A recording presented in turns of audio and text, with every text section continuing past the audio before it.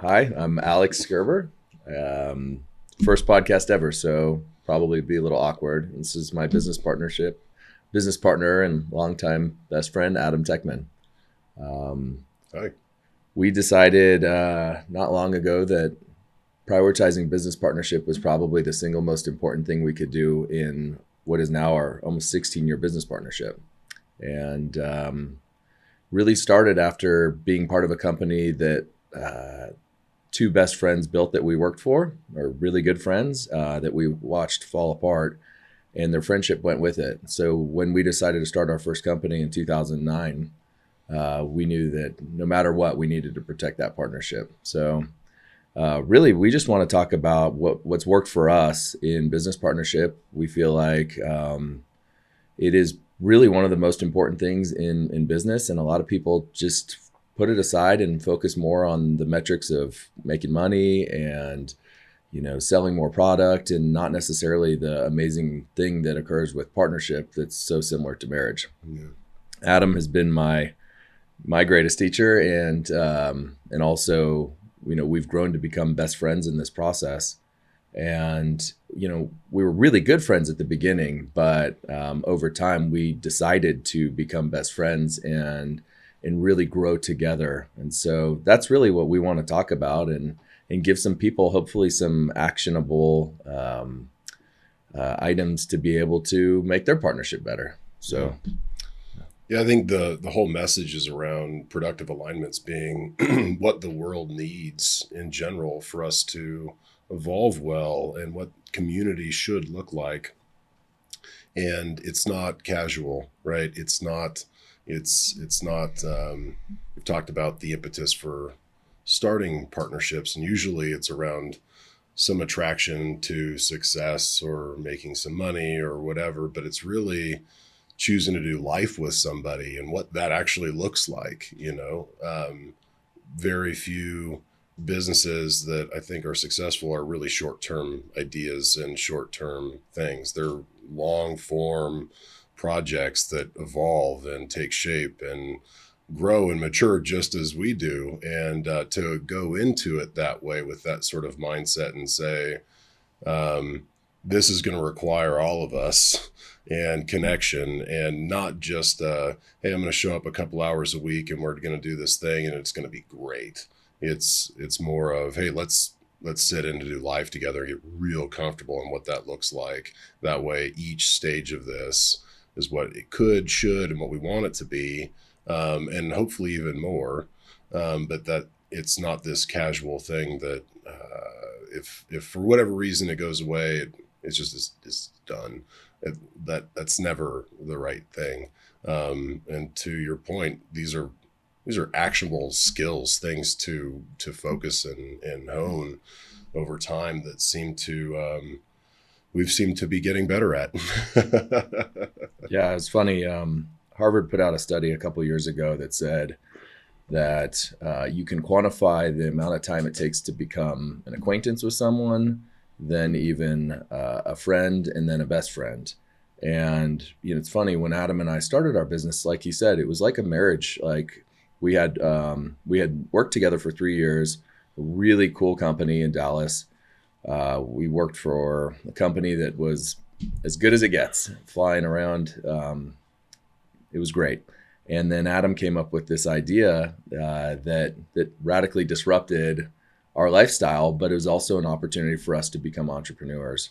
And that kind of set in motion the 16-year path we've been on. But at the time, Adam was one of the greatest people I've ever met. And I had a high level, I'd say, of execution ability, kind of type A. But we were friends. Definitely, it's like a marriage. Like with my wife, I was attracted to certain things, and vice versa, hopefully. And then we eventually got married, and that's kind of how partnerships are formed. There's a mutual attraction based off of complementary skills. And then hopefully in marriage, in our case, you have kids, and they kind of go through the course of infancy all the way out the door, hopefully someday, and you get to still be part of them. Businesses are the same way. The business itself is a byproduct of your marriage. Amen. And in that period of time, our businesses have grown like children. And we've had success, failure, and we've seen everything really because of the nature of our businesses. But in that period of time, we started spending lots of time together intentionally, outside of the office, outside of coffee shops, really going on walks and really understanding the root causes of our issues or tensions and just talking through them. And in that time, we've spent whatever amount of time is necessary to become best friends. And that happened kind of inadvertently. We chose to. And the amount of business partners I talked to that wouldn't even go hang out with their business partner Right. outside of work is Right. unbelievable. Yeah. We had to make it work. I decided to move within 3 months of our starting our company. I moved to another city. I was in San Antonio. Adam was in Dallas.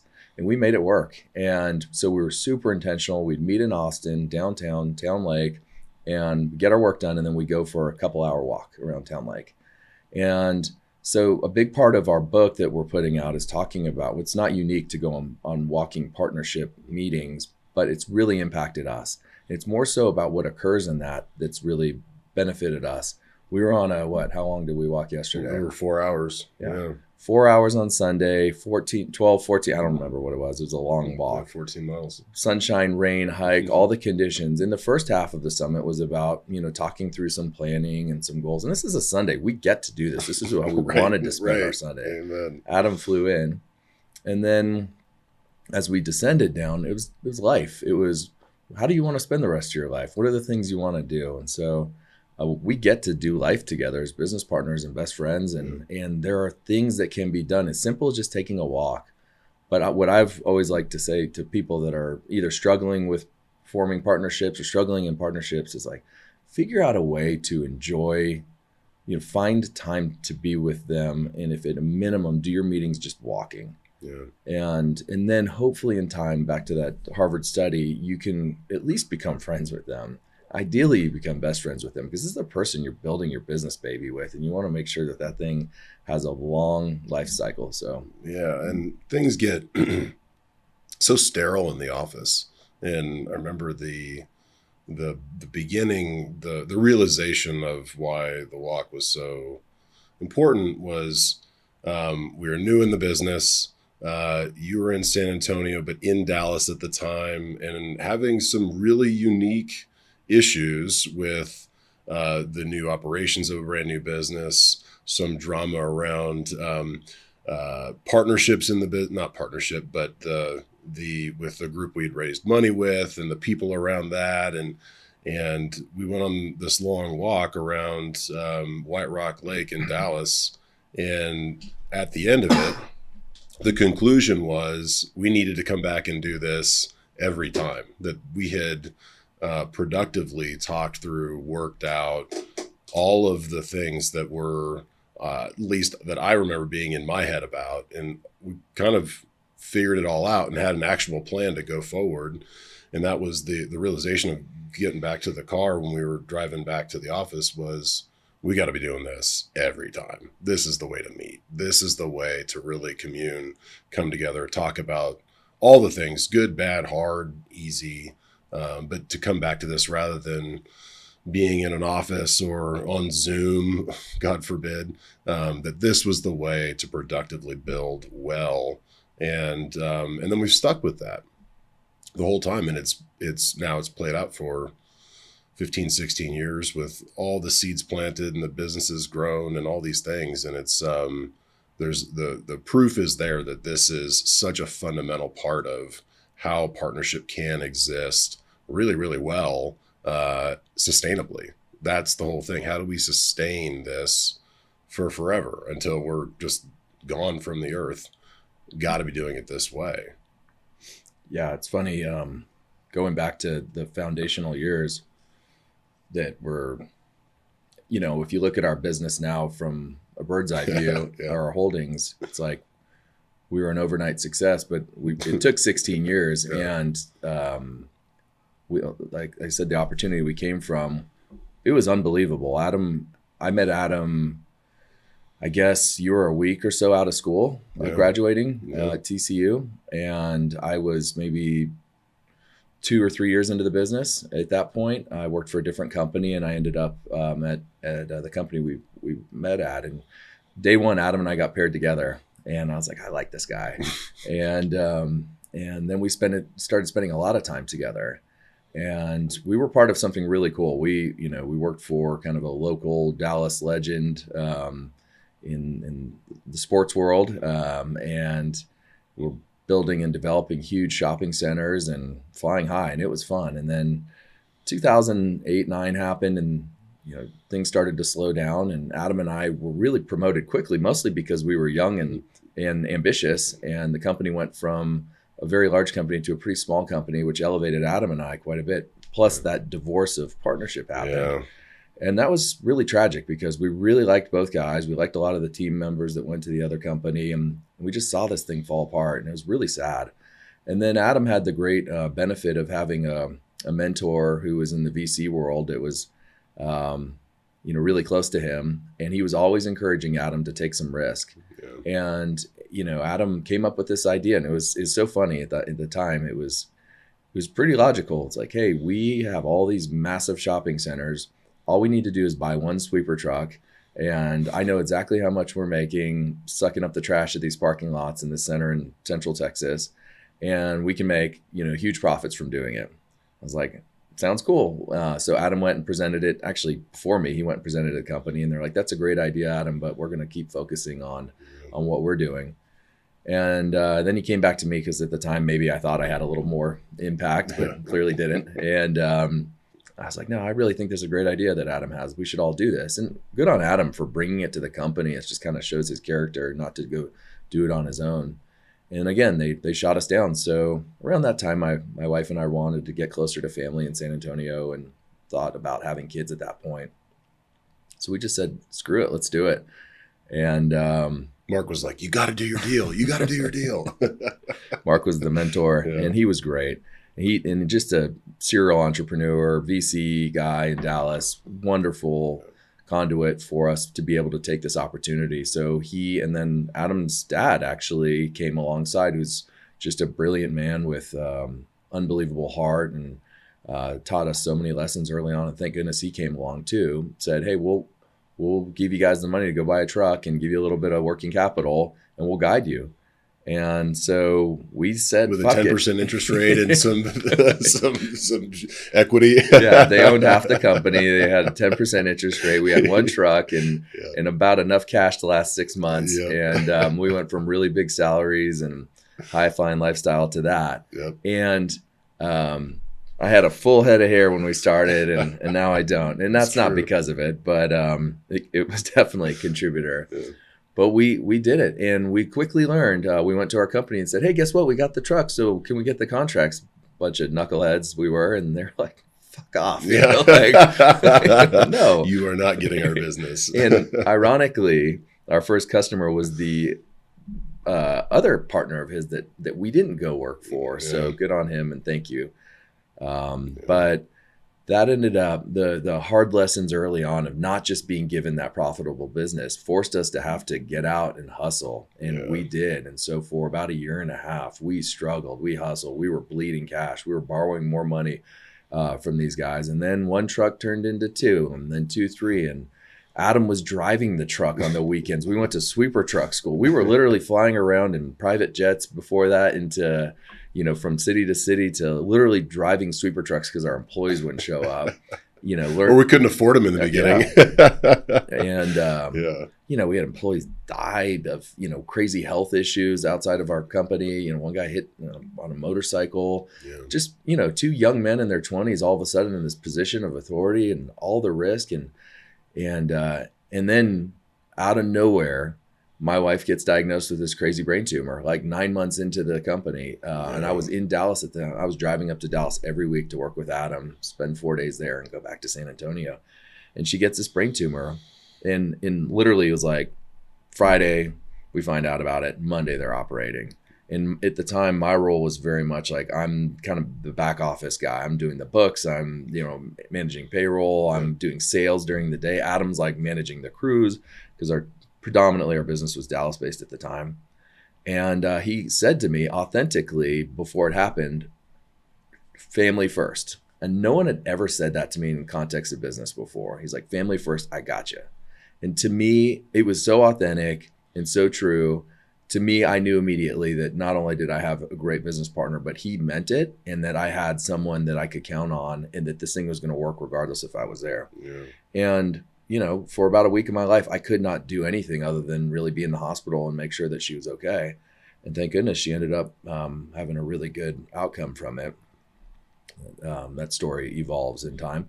Sure does. But, she's still here in 16 years. So it's pretty amazing, and a big part of why I live in Boulder now. But Adam set that family first into our partnership early.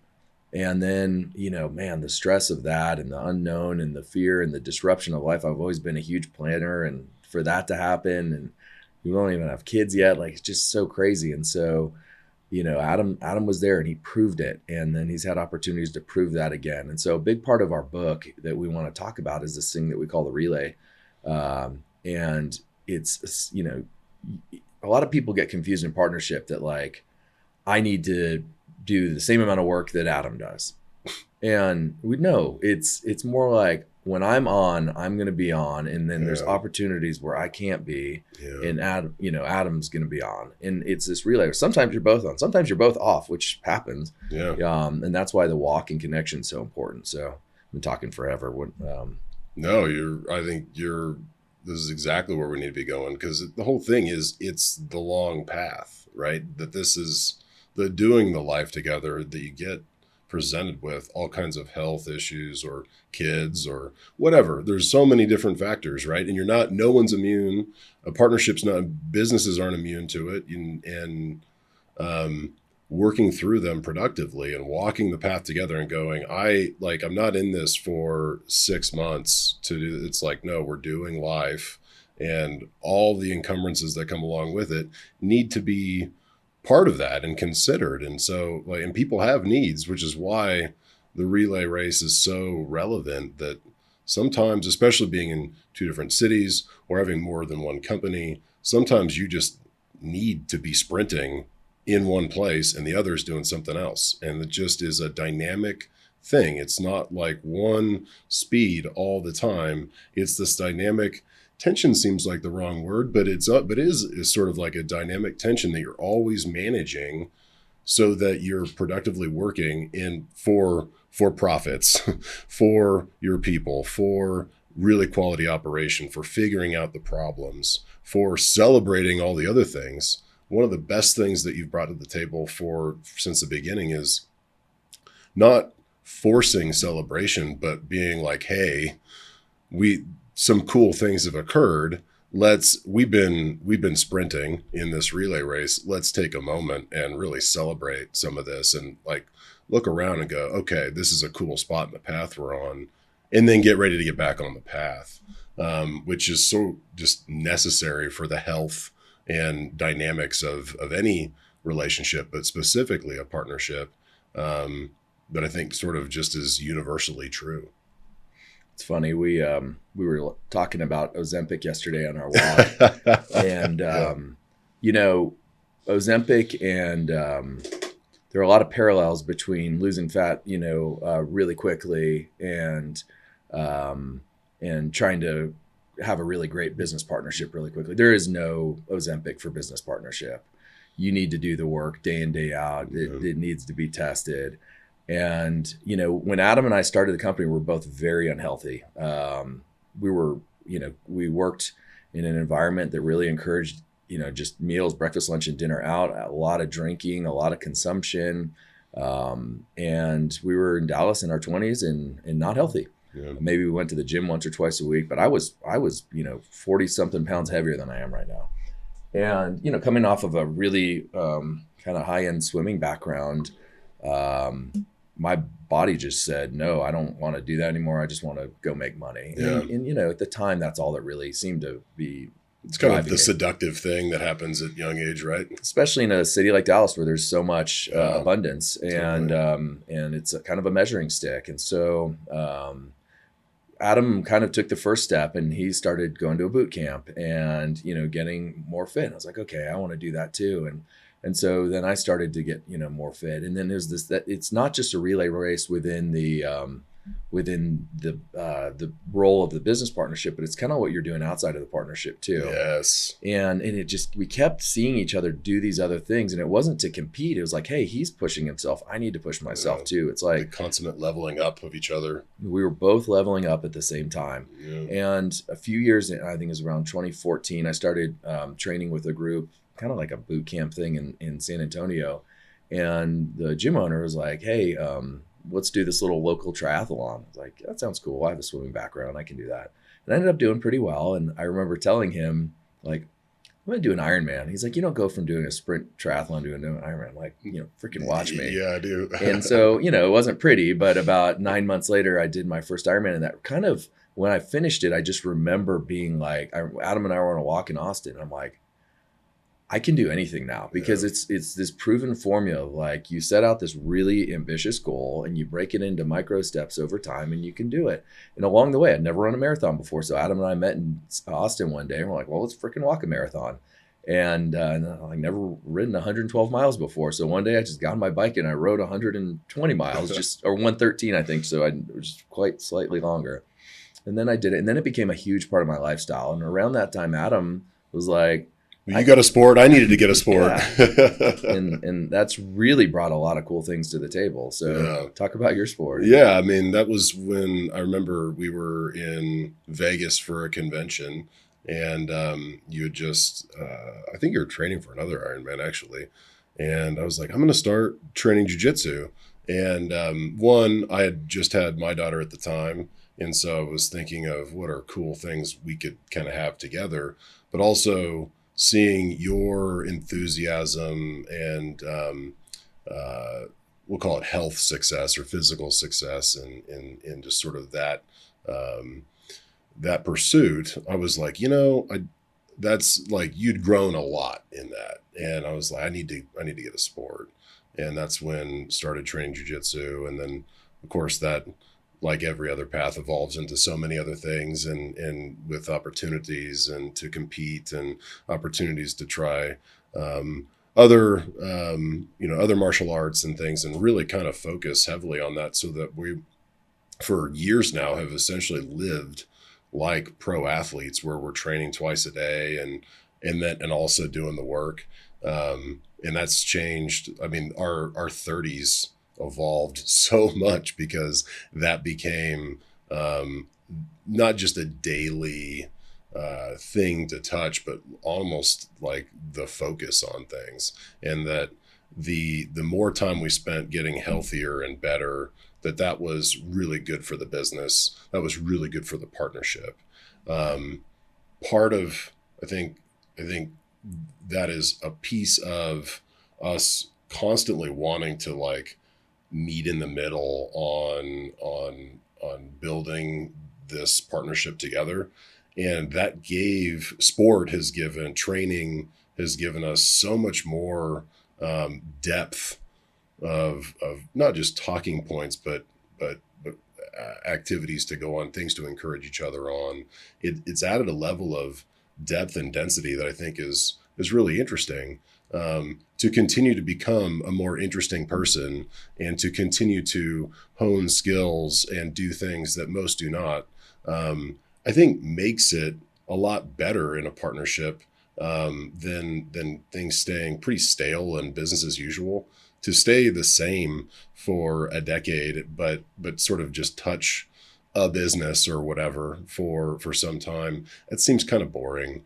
But to actually like fully take on all the different avenues of life that I think must be taken on, the spiritual part of things, the parenting part of things, the being good children to our parents part of things, all these things we really share. It's not, I don't feel like I've done a lot of life without the partnership, without this being a component of the way I make choices and that sort of thing.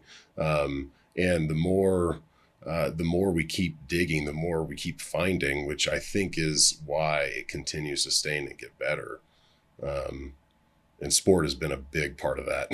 Yeah, Adam said this not long ago, and I repeated it earlier this week. I was with two people I really, really admire that have a huge background in following in the world of, sport, high functioning people that I was on a mountain bike ride with earlier this week. And, you know, what Adam brought to the table years ago is he said, when you do hard things together with another man, any person, but really like when you do hard things together with someone, there's a bond that's created, and that's how we really connect as men. Women are a lot better at just being emotionally They're more communal. Yeah, they're more communal. Men, it takes a little bit more to break through because some of us are like me, a little, hard-headed or whatever, or maybe insecure, or maybe don't want to be vulnerable or whatever it is. But when you do the hard stuff together, there's no hiding. Yeah. And when, I was with one guy who's, world champion triathlete, one of the best pros ever and fastest American the other day on a mountain bike ride with him. He's kicking my ass. And the other guy I'm with is just a complete badass as well. And we're at the top of this long climb, and, there's no hiding. I hung in, and it reminded me of what Adam said, which is when you do hard things together with someone, you bond, but also why not be in business with someone that you do hard things with? Because you've already done the hardest thing you're going to do. Like that day, like going and solving the contract or the problem with the customer, or, how to change out of whatever that's very solvable. It might be stressful, but you go into the mat with world champion, that's the hardest thing you're doing today. Yeah, you're literally getting your ass kicked. Yeah. Me grinding away on my mountain bike, sweating way beyond my capability with these guys. You push past that wall and you realize, I can really do anything. It goes back to that. Yeah. Adam, also in that period of time, I was kind of working a second job for a while as a consultant for a development company because I needed more income. At that point, my wife had stopped teaching, became a stay-at-home mom, which was something I really wanted. And she was gracious to do that. And I needed more income. And so I started kind of side hustling for this other. Adam took that time to really become an expert in a lot of the things that now are really cutting edge of breakthrough: breath work, meditation. And this was, this was 10 years ago. He read 1,000 books in that period of time. And Adam really did the work, and we'd come together on our walks and he'd bring these things and I'd get kind of the Cliff Notes version and I'd take them and adopt them. And it really allowed for that continuation of leveling up. And so just kind of actionable things that, we'll get to in the book and we'll get to in hopefully future podcasts. Is like, one of them is find something. It doesn't have to be the same thing as your partner, but find something to push yourself outside of work that you can rely on, and do it. Make sure it's hard. Yeah. Because then every day, if you do that, going into work that day, you've already done the hardest thing you're going to do. Yeah. And then just remember that, your partner is not just a partner in the context of the business, but also in the context of, helping you level up in life. Amen. So that's the whole thing. We've been so lucky, but we've chosen this. I really kind of, going back to the beginning, the reason we're doing this is, every time I talk to people about this incredible partnership I have, they're like, wow, that's insane. I've never heard of anything like that. I'm like, oh, surely other people do. And more I find that that's actually not the case. Yeah. I went to Barnes and Noble of all places because I love bookstores, real bookstores. And I was looking on the business shelf, which is, half the store width, not a single book written on how to have and maintain an incredible business partnership. There's all kinds of, stories about how to become the best leader possible, or, how to, there are great examples of incredible business partners, but not really in this context. And so our goal is just to give context to people. Yeah. And some of them, unfortunately, probably were built on the wrong, reasons. And that doesn't mean they can't be corrected, but we're available kind of as a guide to tactically, help people think about forming partnerships, and if you're in it, how to optimize it. Yeah. And that's really what we're writing about and what we're putting out there. And it's largely in our experience and largely of just interviewing other people as well. Yeah.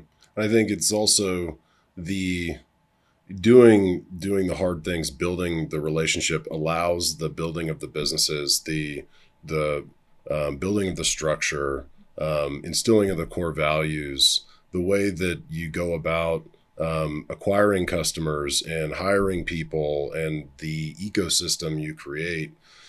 All of that is so it's all the DNA of the partnership is in that thing. And so to consider just the business, like there's lots of business books, right? There's lots of on how to structure a business, and there's lots of sort of logical ways to go about operating something profitably. But having soul, and it having sustainability for it to preserve long term, which is best for people and your customers and yourself, it just requires so much more. And that's the beauty of partnership. That's the magic. That's the thing.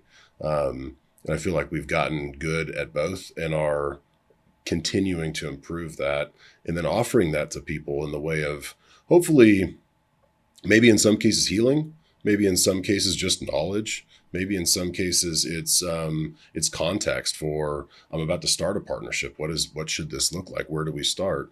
And I think every time that's come across, you've said wisely, go on a walk with this person, and that should be the way you meet. Like it should just start there.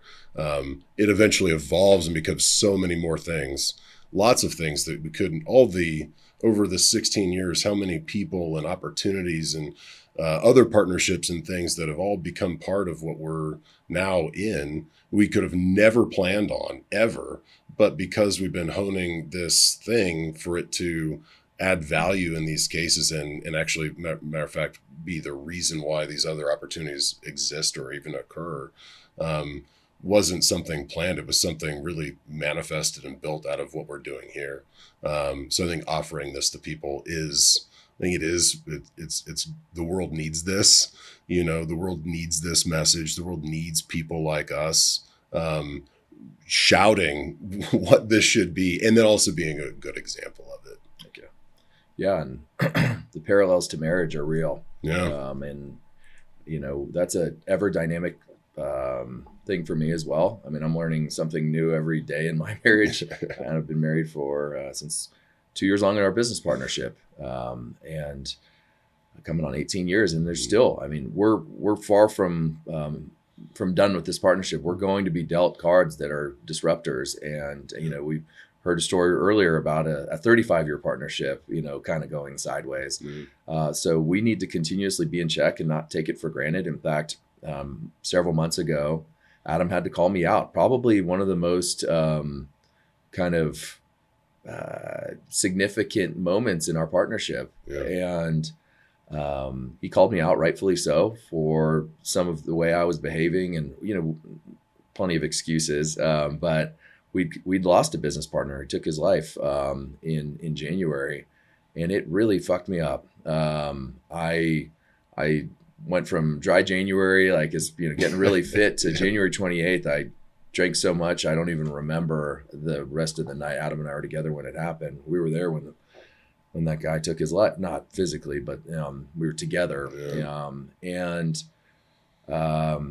It was tough. And then that kind of created a downward spiral for me. And I kind of just became an asshole for a couple months because I was off my routine. I wasn't training right. I was drinking every night, 2-3 beers, and it's not that big of a deal. It's the heaviest shit ever. It's just heavy, And I said some things, and my response to Adam were not quality. And in that period of time, probably because I thought he was a safe punching bag for me. And he called me out on it finally, like, hey, we're at a crossroads and we need to solve this issue. And my reaction immediately was, I'm going to write him a rebuttal as to why I'm right, because that's kind of the type 8 Enneagram I can be sometimes. And instead I'm like, no, that's not going to solve this. You said, let's go for a walk. I'll meet you tomorrow. Yep. So I flew to San Antonio. I met Adam there because he happened to be going there. And we went for a 4-hour walk there. And by the time it ended, we're like, wow, we totally got out of alignment. Yeah. Which is one of our core values, is alignment. And the walk is one of our core values. We hadn't done a walk in months. We got way off track again. We're focused on the wrong things. And so, we reaffirmed at that point, no matter what, the walk comes first. Yeah. And we have to once a month. So Adam flew in Sunday because, we're running out of days in this month. We haven't seen each other. And he flew in yesterday, first thing. We, immediately went on a walk. Yep. And we really gained alignment.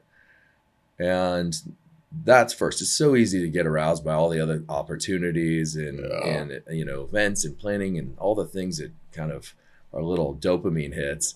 But the most important thing is the walk. Well said. And so that's what we're really prioritizing. And so I think the only actionable thing at this point that I would say for any business partner, whether it's forming or 15, 20, 30 years in, just hopefully you're physically capable of it, but go for a walk. It's ironic that we're in this kind of it sure is. I can count on one hand the amount of times Adam and I have actually met across the table like this. And largely because caffeine is a stimulant. Yep. When you are across from someone, their reaction, like facially, can actually trigger you to become defensive, even if it's unintentional. Right. And there's a really great TED Talk on it called the Red Zone Chicken. Is that what it is? Yeah. And just someone looking at you weird can make you defensive. When you become defensive, your IQ drops by a lot, enough where most people become idiots quantifiably. Right. IQ's like 60 or below. So, Adam gives me a weird look because I'm trying to be vulnerable. And then, I'm like, shit, I'm vulnerable now. And I'm drinking coffee and my heart rate's up. Yeah. Why meet like that? There's nothing good's going to happen there. Go for a walk, naturally elevate your heart rate. You're side by side solving problems together. That's worked really well for us over the years. And you're getting a little movement, which everyone needs movement. And you're breathing and you're more creative and especially on difficult stuff, like what a way better just format to talk through things that matter, than a sterile environment. Well, that's the whole thing. That's it.